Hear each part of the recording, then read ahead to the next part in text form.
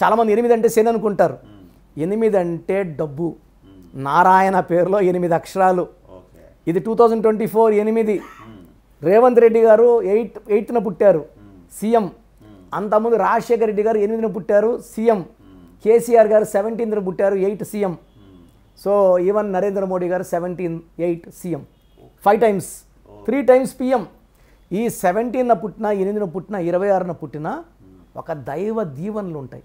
8 అంటే క్రమశిక్షణ. శనీశ్వరుడు ఏమంటాడండి, సార్ నువ్వు నిజాయితీగా పనిచేయి, కష్టపడి పనిచేయి, నిద్రపోవద్దు, సోమరపోతుగా ఉండద్దు, నీకు ఇస్తా, అన్నీ ఇస్తా.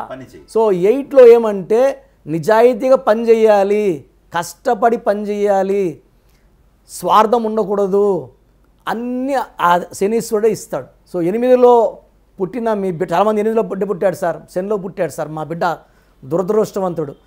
ఒక రాజశేఖర రెడ్డి గారు 8న పుట్టి ఈ తెలుగు ప్రజల గుండెల్లో చెరగని ముద్ర వేశారు ఆయన.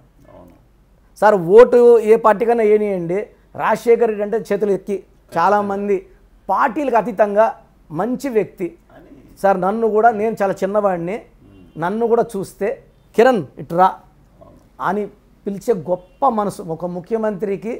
నేను ఒక న్యూమరాలు చిన్నవాడిని నా దృష్టిలో, ఆయన దృష్టిలో చాలా నేను చిన్నవాడిని, నా దృష్టిలో కూడా నేను చిన్నవాడిని.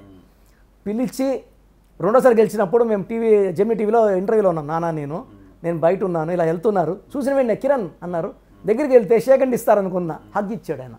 నాన్నగారు చెప్పినట్టే గెలిచాము, నాన్నగారు ముందే చెప్పారు గెలుస్తారు, 2000 ఎలక్షన్ సెకండ్ టైం కూడా గెలుస్తారన్నారు.